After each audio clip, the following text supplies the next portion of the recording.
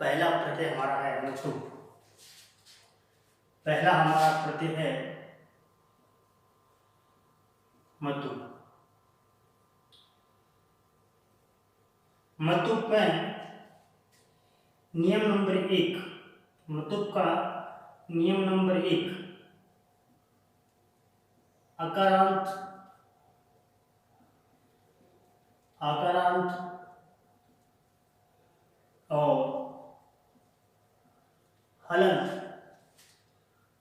शब्दों से मतु का वान वती वत वान वती वत शेष रहता है। ये जो वान है, वान ये पुल्लिंग के लिए, वती स्त्रीलिंग के लिए और वत नपुंसकलिंग के लिए। इनको मतुब को जोड़ते समय शब्द को नहीं देखना कि शब्द स्त्रीलिंग या पुल्लिंग है, लेकिन इसको जोड़ने के बाद इसका प्रयोग हम कहाँ कर रहे हैं, किसके साथ कर रहे हैं। यदि पुल्लिंग के साथ कर रहे हैं तो वान, स्त्रीलिंग के साथ कर रहे हैं तो वती, और नपुंसकलिंग के साथ कर रहे हैं तो वत। कब? जब शब्द अकारांत, अकारांत यानी ऐसे शब्द जिसके पीछे एक ही मात्रा हो, आकारांत यानी ऐसे शब्द जिनके पीछे आ की मात्रा हो, हलंत, हलंत यानी ऐसा शब्द जिसके पीछे हलंत लगा हो, तो वान वती वत। अब अपने पास पहले प्रकार के शब्द है अकारांत। पहला प्रकार का शब्द अपने पास है अकारांत। इसमें शब्द जैसे देख लीजिए, गुण, फल, ज्ञान, रस। तो देखिएगा ये सारे शब्द ऐसे हैं जिनके पीछे मात्रा किसकी है, एक की। तो ये शब्द कैसे हुए, अकारांत। तो अकारांत में क्या बचता है, वान वती वत लगता है। तो अपने पास शब्द है गुण। पहला शब्द अपने एक बार बना के देखते हैं, गुण। गुण में यदि अपन मतुब जोड़ेंगे तो वो बन जाएगा गुणवान। स्त्रीलिंग में बनेगा गुणवती और नपुंसकलिंग में बनेगा गुणवत। ये अकारांत शब्द। ऐसे ही अन्य शब्द अकारांत जो भी शब्द है वो इसी प्रकार ही बनेगा। फिर आकारांत। आकारांत में, आकारांत के अंदर हमारे पास शब्द है प्रज्ञा, लज्जा, विद्या, शाखा। ये सारे शब्द ऐसे हैं जिनके पीछे आ की मात्रा यानी आकारांत शब्द है। तो इसमें जैसे पहला शब्द अपने लिया प्रज्ञा प्लस मतुब। प्रज्ञा प्लस मतुब लिया तो बना प्रज्ञावान। इसे लिंग में बना प्रज्ञावती और नपुंसकलिंग में बना प्रज्ञावत। प्रज्ञावत। ये रहे आकारांत। यानी शब्द में किसी प्रकार का परिवर्तन नहीं होता।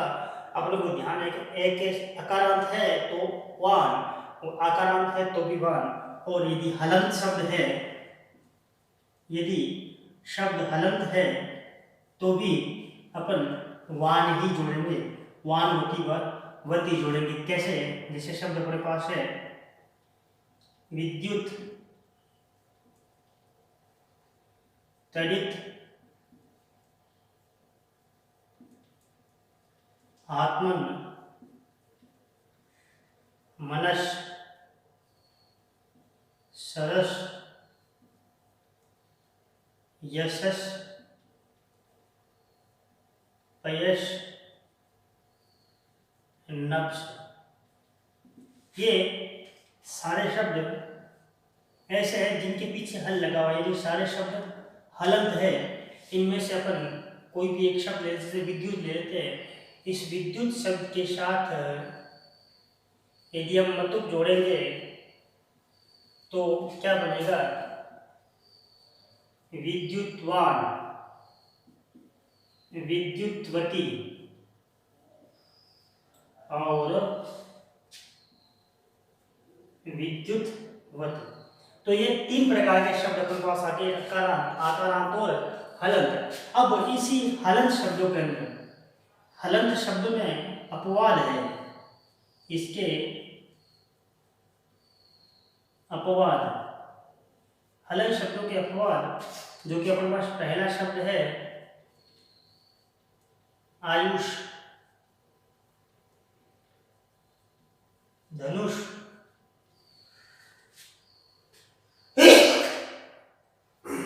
आयुष, धनुष, गुरुत, ककुद।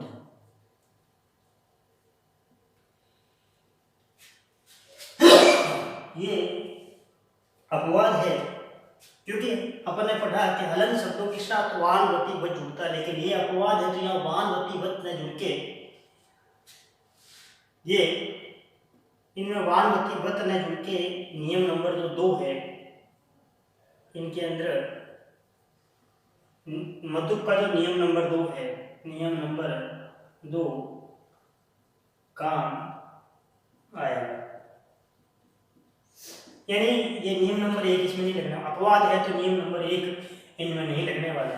तो कैसे बनेगा, तो अपन जब मतुक नियम नंबर 2 देखेंगे तो उसमें यह बनेगा आयुष मान, आयुष मति, आयुष मत, ये बनने वाला है। ये तो हुआ आयुष का। अब बाकी आगे जितने भी शब्द है, जैसे धनुष है, तो आप सीधा ही जो, क्योंकि इसमें जो से है वो क्या हुआ, चेंज हो गया, ये जो से है वह चेंज हुआ है, बाकी किसी में कुछ नहीं होने वाला, चेंज कुछ नहीं होगा। जैसे धनुष है तो धनुष से क्या बन जाएगा, सीधे बनेगा धनुषवान, धनुषवती, मान मान, धनुष्मान, धनुष्मती और धनुष, धनुष मत। ऐसे गुरुत्मान, गुरुत्मती, गुरुत्मत, ककुदमान, ककुदमती और ककुद मत, ये इसके अपवाद है जो कि नियम नंबर 2 के इस्तेमाल करने वाले हैं। तो ये मतुक प्रत्यय का नियम नंबर 1 कंप्लीट हुआ। अब अपन पढ़ते हैं इसका नियम नंबर 2। नियम नंबर 2 में कहता है कि जो आकारांत और हलंत के अलावा जो बच गए शब्द, जिसे अपन शेष शब्द कह सकते हैं, तो इसका दूसरा नियम है शेष शब्दों से, शेष शब्दों से मतुक का मान, मति, मत। शेष शब्दों से मान, मति, मत।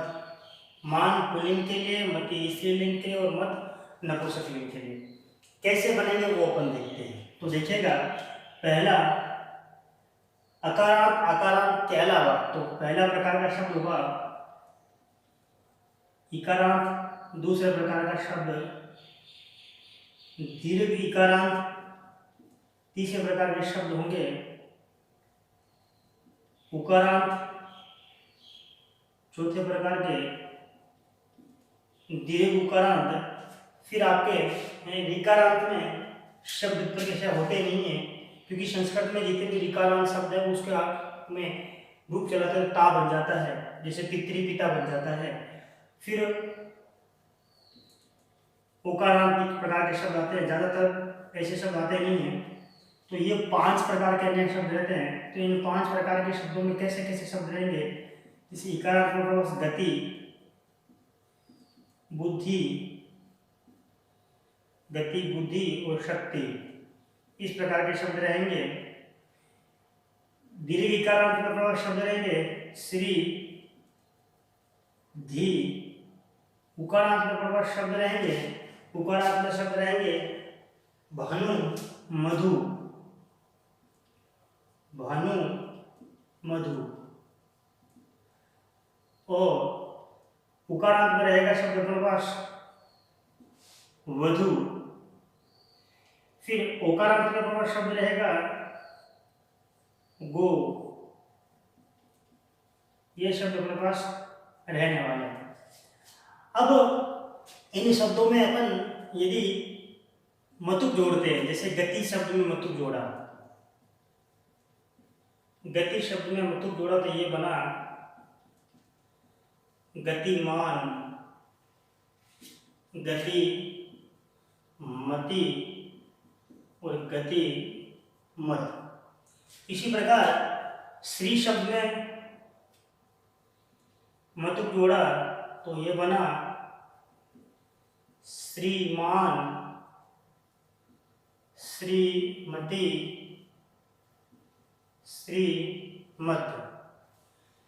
ऐसे ही इकारांत जितने भी शब्द है सब में ऐसे ही बनेगा, लेकिन इकारांत शब्दों का एक अपवाद है। अपवाद वो है लक्ष्मी शब्द। लक्ष्मी शब्द में जब मतुक जोड़ते हैं तो वो बनता है लक्ष्मीवान, नियम नंबर 1 के समान। लक्ष्मीवान, लक्ष्मीवती, लक्ष्मीवत। तो ये इकारांत का अपवाद है, दीर्घ इकारांत का अपवाद है। ऐसे ही भानु शब्द में जोड़ेंगे, भानु शब्द में मतुक जोड़ेंगे तो क्या बन जाएगा भानुमान, भानुमती और भानुमत। ऐसे ही वधु में जोड़ेंगे तो वधु में जब मतुक जोड़ेंगे तो क्या बन जाएगा वधु प्लस मतुक, तो बनेगा वधुमान, वधुमती, वधुमत। इसी प्रकार गो में यदि अपन जोड़ेंगे मतुक तो इसमें भी मान जुड़ेगा, गो मान और गो मती और गो मत। ये मान, मति और मत शब्द जुड़ जाएंगे। तो ये शेष जितने भी शब्द है अकारांत, आकारांत और हलन शब्दों के बाद जितने भी शब्द शेष बच जाते हैं उन सब शब्दों में मान, मति और मत जुड़ता है। अकारांत और आकारांत हलन शब्दों में मान, मति वत जुड़ता है। तो ये हमारा मतुक प्रत्यय कंप्लीट। इसके बाद हमारा प्रत्यय है ठक प्रत्यय। ठक प्रत्यय देखिएगा, ठक प्रत्यय में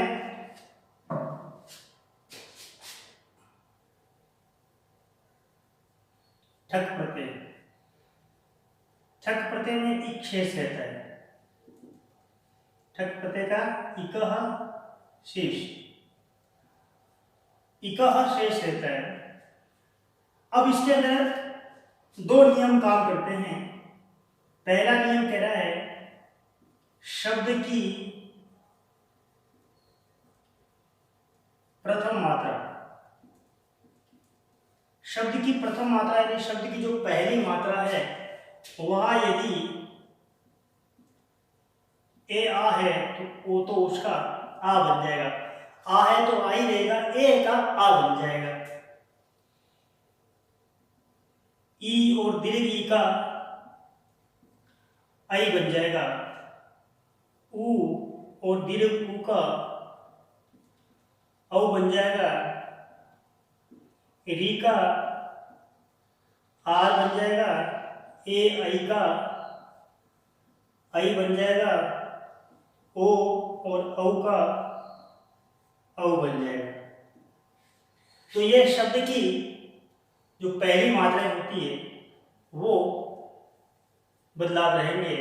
तो ये बदलाव आप लोग शब्द के जो पहली मात्रा है, जो पहले वर्ण की जो मात्रा है उसका, उसके अंदर अपन बदलाव करेंगे। जो पहला वर्ण है उसकी जो मात्रा है उसमें ये बदलाव हम करेंगे। फिर दूसरा नियम इसका कहता है, नियम नंबर 2। नियम नंबर 2 में कहता है शब्द की अंतिम मात्रा, अंतिम मात्रा यदि ए आ ई ई ऊ ऊ री वाले शब्द होते नहीं हैं। ये यदि है मात्रा है तो मात्रा का लोप हो जाएगा, तो मात्रा का लोप यानी मात्रा हट जाएगी। ए आ ई है तो मात्रा हट जाएगी, जो ऊ है इसकी जो बनेगा वो औ बन जाएगा। यानी ए आ की मात्रा है तो वो तो हटेगी, ई ऊ की मात्रा है, ए आ ई है तो वो तो लोप हो जाएगा, हट जाएगी।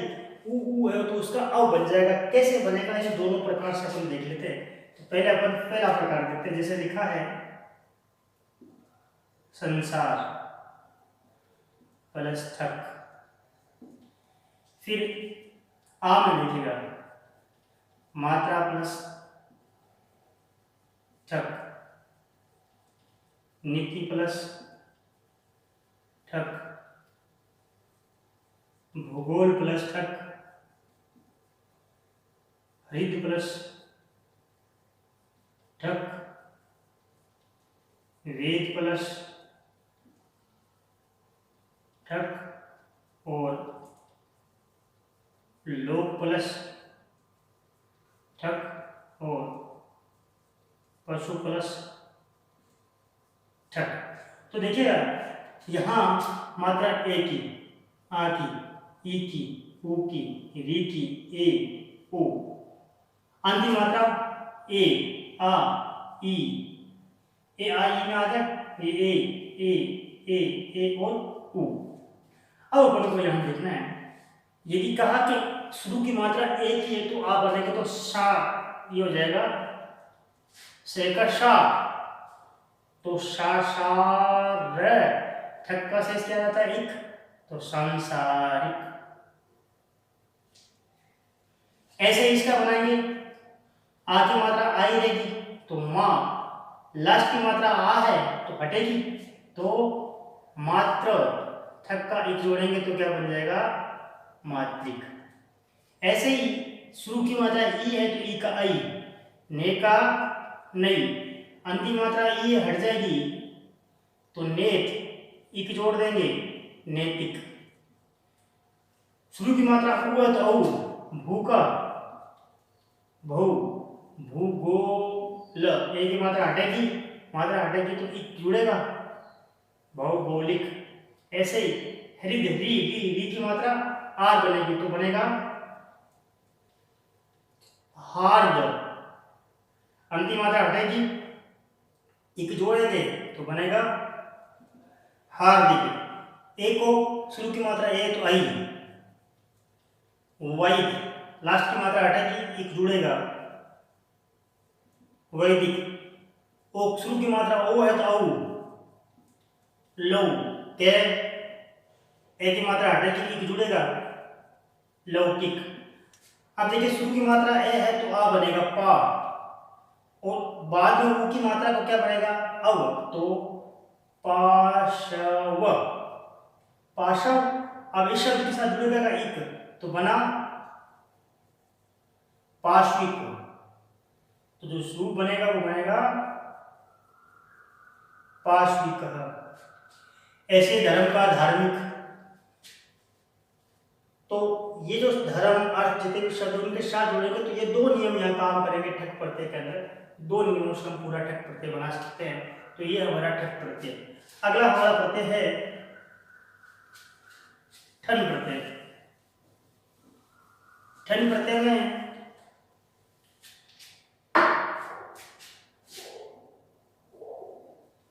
ठन प्रत्यय, ठन में भी इका ही शेष रहता है, लेकिन इसके ज्यादा नियम नहीं है, कुछ एक उदाहरण है वो हम अपन देख लेते हैं। तो इसके उदाहरण जो है वो अपने पास है दंड, धन, दंड, धन, वर्ण और योग, वर्ण और योग। इनमें यदि ठन जोड़ेंगे, जैसे दंड है, में ठन जोड़ेंगे तो ठन का अपने पास बचता क्या है, ठन का बचता है इक, तो सीधा ही इक जोड़ देंगे तो ये बन जाएगा दंडी कह। इसी प्रकार धन में धनी कह, वर्ण में वर्णी कह, योग में योगी कह। ठक में तो क्या करते थे, पहले की मात्रा चेंज करते थे, लास्ट की मात्रा भी चेंज करते हैं। यहाँ कुछ नहीं, सीधा ही जोड़ते हैं, वर्ण का वर्णी और योग का योगी। ऐसे ही एक शब्द और है, वो है हिरण्य। इसके अगर यदि अपन ठक जोड़ेंगे तो वो बनता है हिरण्य का, ये जुड़ता है। ये ध्यान देना, आप इसको अपवाद भी कह सकते हैं, इसको आप लोग याद रखिएगा। हिरण्य शब्द में जोड़ेंगे तो हिरण्य, ये इसका पहला प्रकार। दूसरा प्रकार के उदाहरण आते हैं माया, माया संज्ञा। इनमें भी सीधा ही जोड़ेंगे। कैसे, माया शब्द में ठन जोड़ा तो सीधा ही बनेगा, अंतिम मात्रा हटके माई कह। संज्ञा संगी कह। तीसरे प्रकार का उदाहरण इसमें रहता है चर्मन वर्मन। तो यहां जैसे चर्मन शब्द में ठन जोड़ना है तो चर्मन शब्द में ठन जोड़ेंगे तो इसका अंतिम मान हट जाएगा, तो सीधा बन जाएगा चर्मिकः। इसी प्रकार वर्मिकः। तो ये इतने उदाहरण आप लोग स्थान पढ़ते में याद रखिए, ज्यादा इसके नियम